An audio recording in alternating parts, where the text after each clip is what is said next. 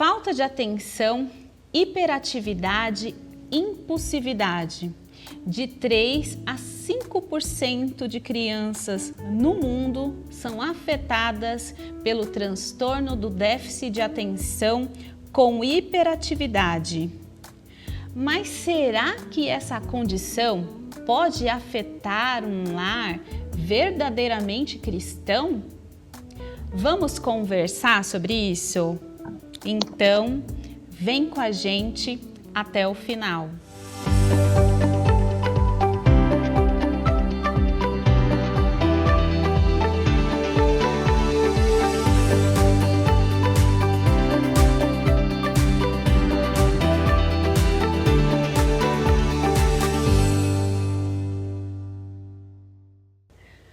Olá, seja muito bem-vindo, seja muito bem-vinda.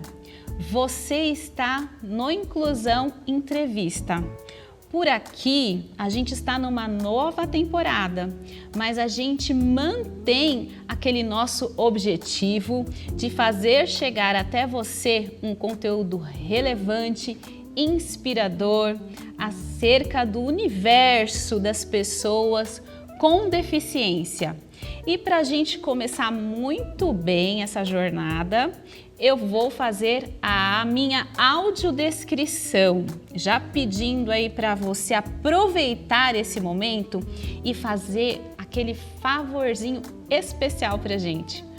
Curte esse programa, comenta, deixa aí o seu comentário, de repente até a descrição da sua imagem para você treinar comigo também. Compartilha aí nos grupos de WhatsApp da sua família, da sua igreja, enfim. Compartilha nas redes sociais para que esse conteúdo também possa alcançar muitas outras vidas aí na internet. Então vamos lá, aqui para eu fazer minha audiodescrição. Eu sou uma mulher de pele clara, cabelos escuros até o ombro, com uma mecha branca aqui na frente, na altura aqui da testa, que o cabelo está ficando grisalho. Tenho as sobrancelhas pretas bem marcadas, o olho castanho. Estou usando uma maquiagem leve, uma blusinha de fundo azul florida, uma calça preta, um tênisinho branco e estou aqui segurando um tablet. E só para a gente não esquecer, nós vamos deixar na descrição aqui do vídeo a audiodescrição do cenário para você também, ok? E hoje nós estamos recebendo aqui no nosso estúdio uma convidada assim para lá de especial. Só da gente ouvir a voz dela, assim, a gente já se sente aconchegado. Eu estou falando da diaconisa Marli Gomes, que está aqui na telinha junto comigo. Marli, seja muito bem-vinda. É uma alegria estar com você aqui nesse programa. Obrigada, Ju. Prazer é meu, né?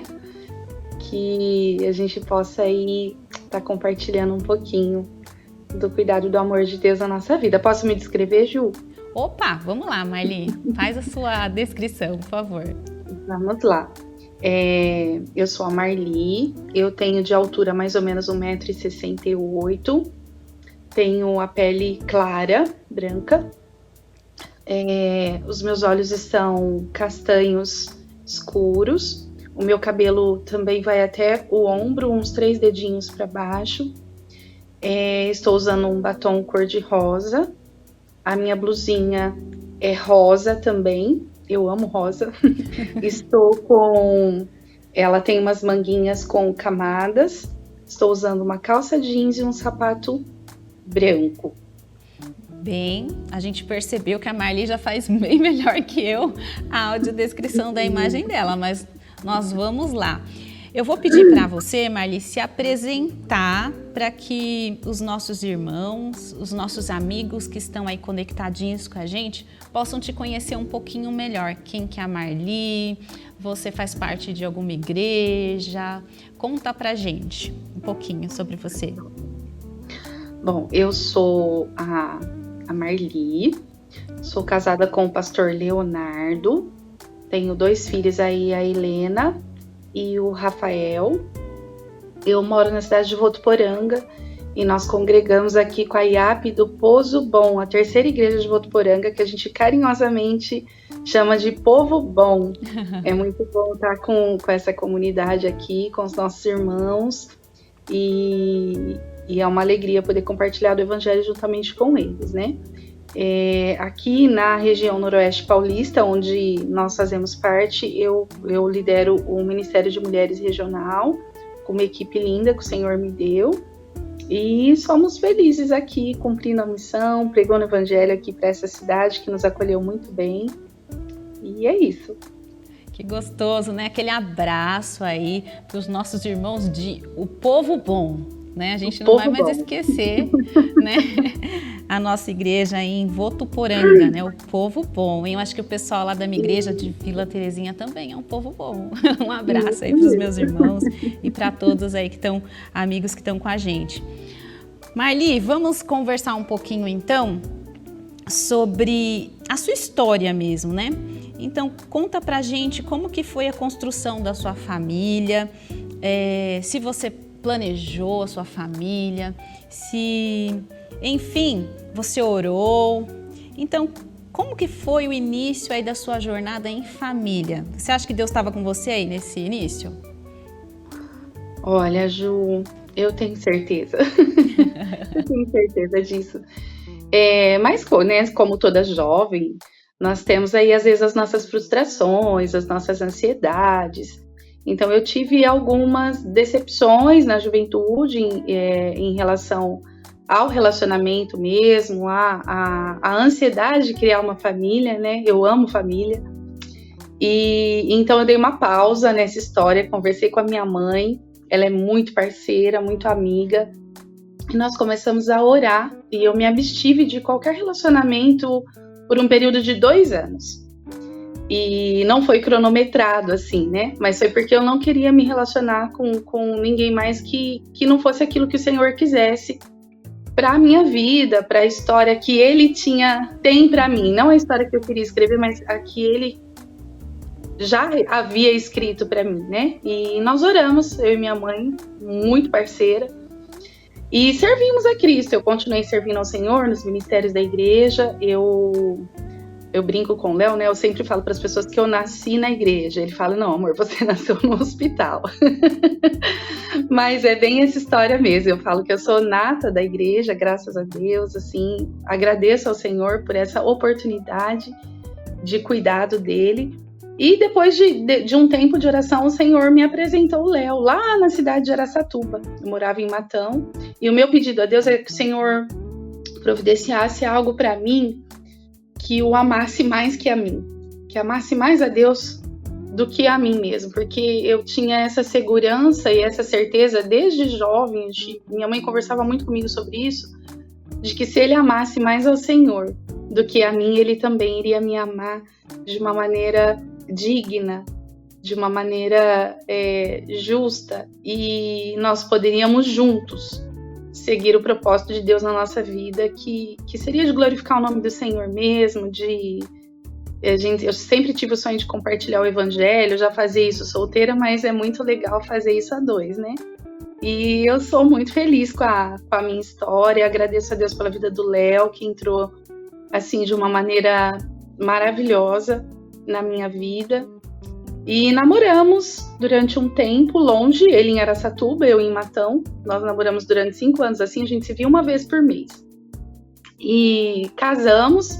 O pupilo foi o meu irmão Pedro que nos apresentou, mas eu acredito que antes dele o Senhor já havia desenhado aí essa história, e eu sou muito feliz. Fazem 16 anos que nós somos casados. Dos frutos do nosso casamento, nós temos o Rafael, o Samuel, meu segundo filho. Nós perdemos ele no último mês de gestação, mas eu não consigo deixar de não citá-lo, né? Porque eu tive 3, na verdade, o Rafael, o Samuel e a Helena. E hoje nós temos aí o Rafael e a Helena. Aprove ao Senhor recolher o Samuel, entendemos todo a situação, e entendemos também que o Senhor, ele é soberano e dono das nossas vidas, e o Senhor alegrou o nosso coração mais para frente, depois do luto, depois das dores. E 4 anos depois veio a Helena, né? Então eu tenho o Rafael de 12 anos e a Helena de 4 aninhos de idade. E nós louvamos ao Senhor porque hoje eu posso dizer assim, eu e minha casa servimos ao Senhor, né? E era um sonho de juventude, de adolescente. E eu gosto muito daquele termo, eu escolhi esperar. E valeu a pena a espera. Foi linda e está sendo, né? Sempre até que o Senhor venha. Linda e inspiradora, toda essa sua história. E é interessante, né? Eu não conhecia muito a história do Samuel lá. Ela também teve um Samuel, como eu tenho um Samuel, né? É interessante porque às vezes a gente pensa assim que quando a família é cristã, nossa, fica tudo muito certinho e a gente não enfrenta desafios, né? Mas aí a Marli já vai chegando pra gente, já vai falando, olha, desde a construção a gente vive desafios, né? Mas o melhor, né, é que quando a gente tem Jesus, todos esses desafios, eles são superados em Cristo, né? O Senhor vai nos ajudando. E em falando de desafios, você já constitui a sua família. E aí o Rafa, ele vem com o transtorno do déficit de atenção e a hiperatividade na sua vida. Então eu queria entender, né, que você contasse pra gente em que momento que você percebeu que o Rafa, ele era um pouquinho diferente, né? Tinha alguma coisa que você tinha que prestar atenção e quais os sinais, né? Ou algumas características que você percebeu nele, que você pode compartilhar aqui para que de repente alguém aí em casa também possa perceber, ficar mais atenta. Como é que foi isso? Olha, o Rafa, ele foi assim, ele é, né? Um sonho de Deus assim para nossa vida concretizado. Ele é um garoto incrível. E logo quando ele nasceu, ele já nasceu uma criança diferente, vamos colocar assim, mais agitada que o normal. Mas eu não tinha percebido ainda nessa época. Porém, a minha mãe, que estava ali comigo nos cuidados dos primeiros dias, ela prestou atenção mais que eu. E ela falou assim, com 3 dias de vida, ela falou, filha, você vai precisar ser muito atenta com esse bebê. Porque ele é extremamente agitado. Com 3 dias de vida, ele estava erguendo o pescocinho, eu coloquei ele na cama certinho, bonitinho, e ele virou de ladinho. Com 3 dias de vida. Minha mãe ficou assustada, assim. Ela falou, filha, você não vai poder sair de perto desse menino quando ele estiver já com mais um pouquinho de dias, porque ele cai dessa cama, ele vai se virar aqui. E assim, coisa de mãe é batata, né? Sim. Eu realmente precisei de ter esse cuidado com o Rafael desde bebê. Só que como eu era tudo assim, muito novo, muito lindo, eu sonhei com nós sonhamos, né, eu e o Léo, com esse processo de ter o Rafael. A gente aguardou 3 anos e o Senhor nos deu, nesse tempo aí, o Rafa para nós. E dentro dessa proposta ele começou a crescer, foi para a escola. Aí a tia Mara, uma professora linda, hoje já não mais entre nós, ela me procurou, o Rafa tinha uns 7 meses, e ela falou, mãe, o Rafa é um menino muito inteligente, ele é impulsivo, ele é determinado naquilo que ele quer, ele vai ser uma criança incrível, presta atenção nele. Só que eu fui levando a vida, né? Eu vou resumir mesmo, eu fui admitir, na verdade eu fui alertada durante muito tempo, mas eu fui entender esse processo, porque naquela época não se falava tanto em TDAH alguns anos atrás, né? Não era nem se entendido essas agitações da criança, às vezes era tido como uma falta de educação, ou as pessoas não tinham paciência, achavam que a criança ela tinha que ficar ali dentro de um quadradinho e tudo, e o Rafa não parava, ele machucava a cabeça toda hora, ele caía dos lugares, eu orientava, buscava, trazia para dentro, mas assim, era um piscar de olhos. Eu vivia extremamente assim, perto dele, né? Aos 7 anos, Ju, eu fui correr atrás de analisar essas informações que eu recebia, porque eu ia parar na escola, não por uma falta de educação, mas por uma agitação no sentido de protegê-lo. Ele me chamava, olha, ele é uma criança amável, ele é uma criança que ele respeita as pessoas, mas ele não consegue, é maior do que ele a questão do ficar parado, a questão de atenção sobre alguma coisa. Uma borboletinha passa, a professora falava para mim, uma formiguinha tá passando no chão, ele tá vendo. Então eu tive esse processo com ele. E quais os sinais, assim, que você percebeu nele? Tem algum sinal, assim, ele não parava quieto, você falou, né? Uma formiguinha que passava. Eu notei assim, a questão ele não tinha foco naquilo que não interessava ele era hiper focado naquilo que ele queria fazer, que ele gostava, que ele estava interessado. Mas quando era alguma coisa que para ele era um pouco tedioso, ele não conseguia parar as perninhas. Ele sempre, até hoje, ele senta na cadeira e ele precisa colocar os 2 pés em cima da cadeira, ele senta assim, né? Com a perna assim, em cima da cadeira. Ele no sofá, ele ia assistir o desenho, por mais um desenho simples que seja, ele sentava de ponta cabeça para assistir o desenho, ele não conseguia assistir de uma maneira tranquila. As informações, assim, quando você dá 2 informações para ele, por exemplo, não, tem que ter uma coisinha de cada vez, esperando o tempo dele ali para ele poder processar, fazer. A questão da impulsividade, de não pensar, assim, às vezes na consequência de algum movimento que ele vai fazer e se machucar muito rápido. Não conseguir ficar parado no mesmo lugar muito tempo, ele é agitado e ele também é ansioso, ele tem ataques com TDAH. Uma grande parte dos TDAHs, eles desenvolvem o TAG, que é o transtorno de ansiedade generalizada. Justamente por ter uma mente acelerada, ele estava pensando em muitas coisas ao mesmo tempo. Aí ele começa uma coisa, nem terminou, já quer começar outra, e não finaliza e já quer começar outra. Hoje ele está num quadro bem mais diferente, acho que depois a gente conversa um pouquinho sobre isso, mas ele tinha essa dificuldade. Então, assim, o mundo deles é muito dinâmico, é tão dinâmico que a mente deles não dá conta, entendeu? Meu Deus, né? É tudo muito, muito agitado, né? Eles precisam de ajuda para ter um maior controle, né, Má? Para aprender a lidar com isso. Sim, eles não têm, assim, não é porque não quer. Quando eu precisei fazer terapia para eu aprender a lidar, e a neuropsicopedagoga me chamou, ela falou assim, olha, entenda uma coisa, porque eu converso muito e eu cobro bastante, né, e às vezes eu cobrava coisas do Rafa que ele não era capaz de conseguir corresponder por conta do transtorno. E aí ela falou assim, olha, você vai ter que acompanhar ele até 18, 20 anos. Principalmente a impulsividade. Por quê? Porque não é porque ele quer fazer, às vezes ele tem até consciência de que pode não dar um bom resultado, mas ele não consegue, às vezes, controlar esse impulso para que ele possa dar uma pausa, para que ele não seja prejudicado. Pois é. E aí tem o olhar externo, né, das pessoas em relação a isso.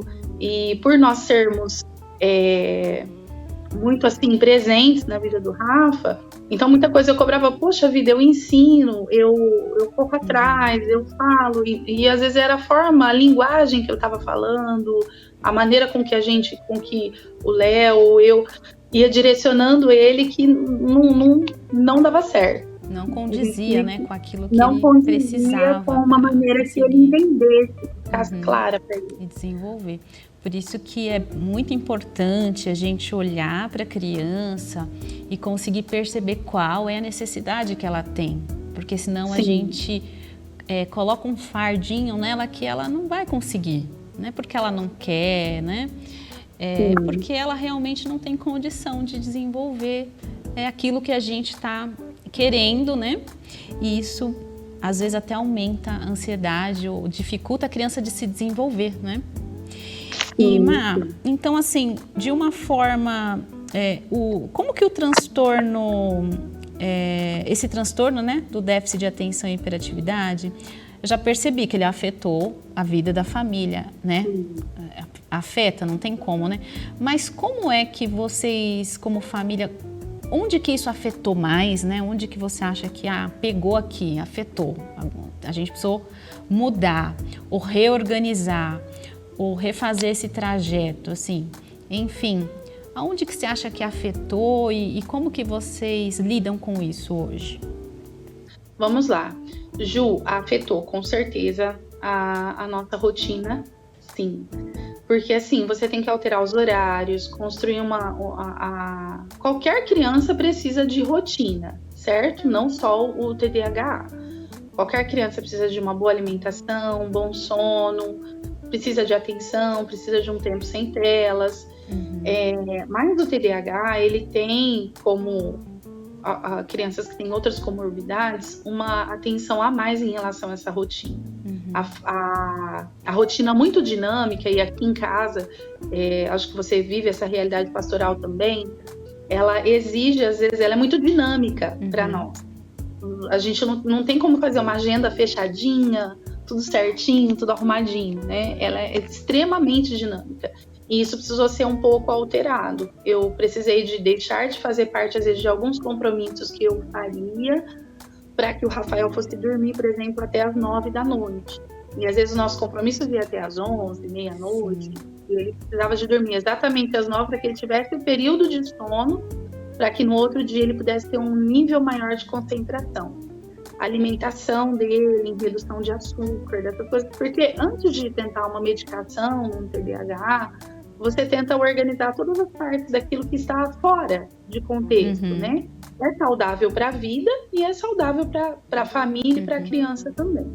Então, afetou sim a nossa rotina, porque nem todo mundo entende. Algumas pessoas entendem que é necessário e outras pessoas acham que não é tudo isso,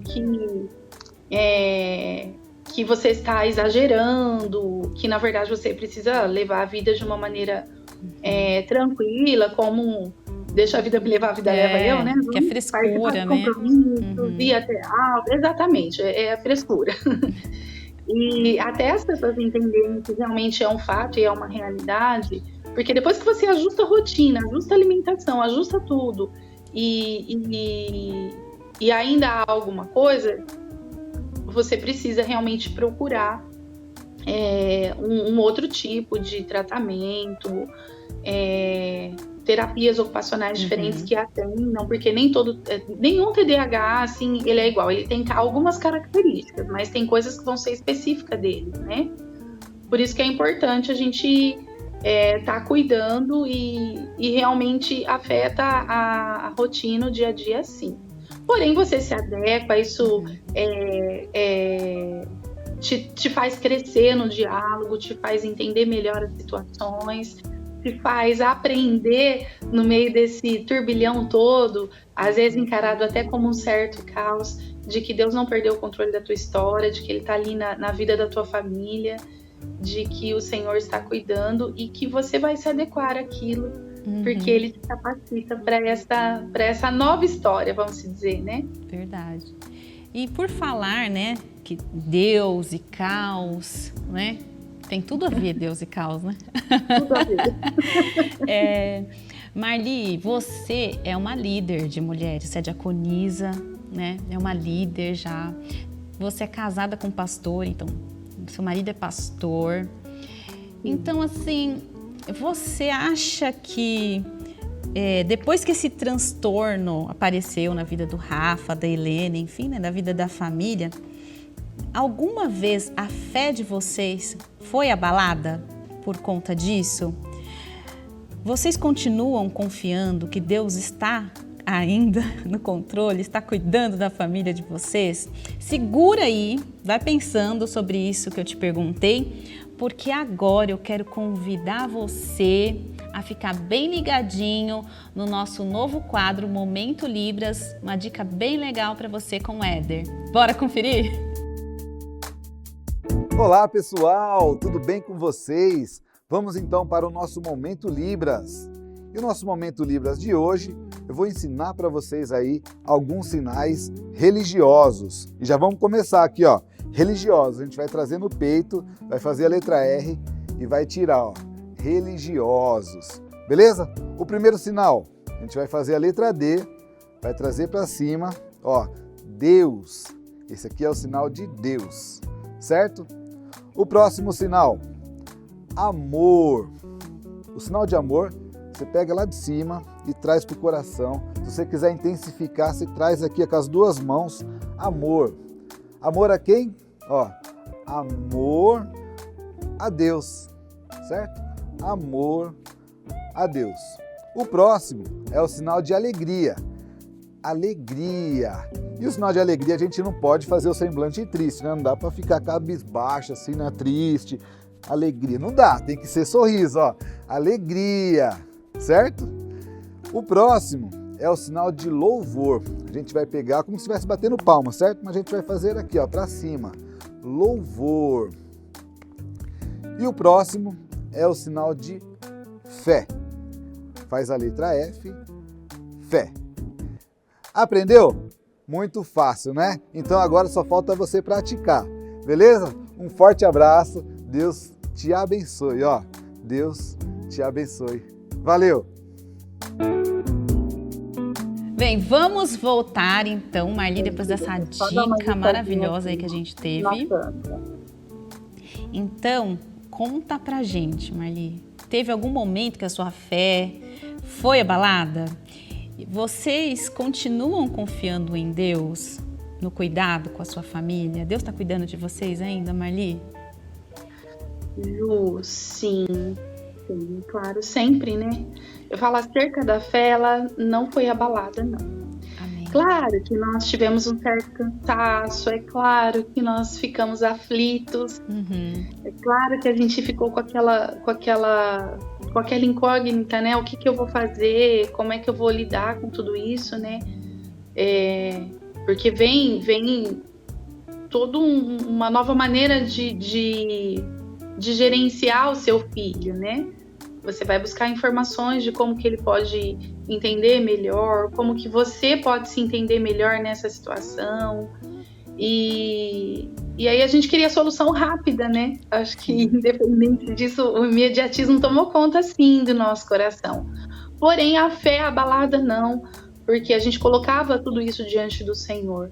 A Bíblia fala para a gente apresentar as nossas ansiedades diante dele, né? Porque ele vai cuidando, ele vai apaziguando o caos da nossa mente e do nosso coração. Então, houve sofrimento? Sim. Abalo na fé? Não. Porque a gente sofre, às vezes, diante de algumas situações, mas quando esse sofrimento ele é encarado na ótica e no cuidado de que o Senhor nos vê em todo o tempo, Ele é onipresente na nossa vida, Ele está... isso traz calma para o nosso coração. Amém. Ele vai apaziguando aquela ansiedade toda, aquele turbilhão todo e vai te direcionando para soluções, para que você tire o seu próprio preconceito em relação a você estar, nossa, poxa vida, como você falou, sou esposa do pastor, sou diaconisa, lidero outras pessoas, né? Houve sim vamos colocar assim, um esgotamento mental na minha parte de como eu lidaria, mas é mais por uma cobrança que nós temos com a gente mesmo, né? Eu sou uma pessoa que, em relação às responsabilidades, eu me cobro ao extremo e o Senhor nos chama para servi-los com leveza, porque os nossos fardos pesados nós podemos lançar sobre Ele. Amém. E Ele torna leve e nos ajuda a lidar com essas situações, exercendo não só o nosso amor, que é falível, né? Mas nos inundando de um amor puro, santo e inabalável que não vem de nós, mas vem dele, vem da presença dele, vem do fato de ele estar. Então ele sempre mostrou a presença dele para nós. Um dos versículos que eu guardo muito assim sobre isso é o Isaías de 41:10, que fala assim que não temas porque eu sou contigo, não te assombres porque eu sou teu Deus. E eu te fortaleço e eu te ajudo e sou eu quem sustento todas as situações sobre a destra da minha justiça. Então, eu senti muito a presença do Senhor nos fortalecendo, cuidando da nossa família, nos ajudando, nos dando diretrizes sobre recursos, sobre meios que nós poderíamos aprender para ajudar o nosso filho a se entender e a se regular também diante das situações que ele precisa de ter uma certa disciplina, de prestar mais atenção do que uma pessoa comum que que consegue se concentrar mais rapidamente. E aí a gente foi buscando esses caminhos aí para lidar com isso. E é uma jornada, né? Estamos aí ainda nesse processo, mas sempre dependendo do Senhor, porque sem Ele realmente nós não saberíamos como lidar com esse turbilhão, né? Que vem de emoções, de recursos financeiros, às vezes que você precisa se dispor para essa nova realidade, de às vezes perceber que o teu convênio não vai cobrir algumas coisas, ou que na época que nós estávamos não tinha muito profissional nessa área. Então eu fui direcionada para uma psicóloga linda, maravilhosa, mas que não era preparada para lidar com isso. Ela lidava com psicologia para adulto, não sabia lidar com uma psicopedagogia, por exemplo, e no convênio não tinha outra pessoa, então se eu quisesse eu teria que ter um recurso particular. Então você vai lidando com esse turbilhão tudo, e aí a gente clamava ao Senhor, Senhor, que farei? E aí Deus ia lá e ia direcionando os caminhos pra gente nessa confiança e nessa dependência de que Ele cuida de nós em todo o tempo. Que maravilhoso, né? É o Deus que coloca ordem no caos, né? Não importa aí qual seja a situação, o Senhor, Ele é capaz de ordenar. E assim, vamos caminhar agora para o fim. Eu quero aproveitar um pouquinho mais dessa doçura, dessa sabedoria de ter a Marli aqui com a gente. E vou pedir para ela deixar uma mensagem e um conselho para as famílias que enfrentam esse desafio, que é um desafio, né, de lidar com o transtorno do déficit de atenção com hiperatividade. Má?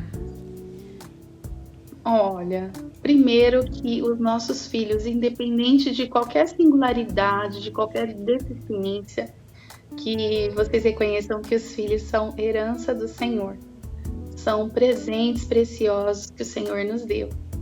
E que se Ele nos deu, independente do caos que nós achamos que vamos passar, Ele está nos capacitando, nos fazendo crescer no meio dessa história. Eu falo que a gente está matriculado aí numa escola hard, né? Todo nível básico. Verdade. E aí a gente vai aprendendo novas situações e vai enxergando o amor e o cuidado do Senhor na nossa família. Não é um diagnóstico, seja ele qual for, de TDAH, autismo, cefalexia, dislexia, tem tantos que define a maneira com que as coisas vão acontecer. Então, foque no Senhor, foque no cuidado de Deus, busque ajuda. Nós não precisamos lidar com nada disso sozinho. Hoje existem informações, existem profissionais capacitados para nos ajudar nessa jornada. Peça para que o Senhor te direcione para Ele de uma maneira cuidadosa, né, com os seus filhos. E busque esses recursos, essas informações, porque na verdade você vai potencializar as habilidades únicas. Eu digo que Deus deu para sua criança, para o seu filho, para sua filha, e essa maneira especial dele ter dado essas habilidades. Eu falo que são habilidades, porque o Rafa ele se expande em algumas áreas que eu não sou capaz de fazer, né? Então a gente aprende com toda essa história. Então não encare isso como um veredito, mas encare isso como um cuidado do Senhor, para que você possa direcionar e fazer essa criança crescer na graça, no amor, no conhecimento de Jesus, com todas as habilidades que o Senhor deu para ela. O Senhor dá a cada um segundo aquilo que Ele quer, e tudo isso pode ser sim usado para a glória dele, pode ser sim usado para o benefício da sociedade. Eu falo isso porque hoje eu vejo muitos TDAHs, conheço, que são preciosos, que ajudam outras pessoas com a mesma singularidade, e outras pessoas que não têm nada e que chegam a um potencial incrível com a habilidade e o conhecimento deles. Amém. Glória a Deus. Muito obrigada, Marli, por compartilhar com a gente com tanto carinho, né, com tanta doçura, essa experiência de vida que eu tenho certeza aí que está tocando profundamente o seu coração. Que Deus continue abençoando a sua vida e a vida da sua família. E eu queria agradecer a você também, que ficou conectado com a gente até agora. Eu falei do seu coração, tá? Eu tenho certeza que Deus está falando com você. Olha, guarde essa palavra. Eu espero que ela tenha inspirado você a continuar firme aí na sua jornada. Um grande abraço para você e até o próximo Inclusão Entrevista, se Ele quiser.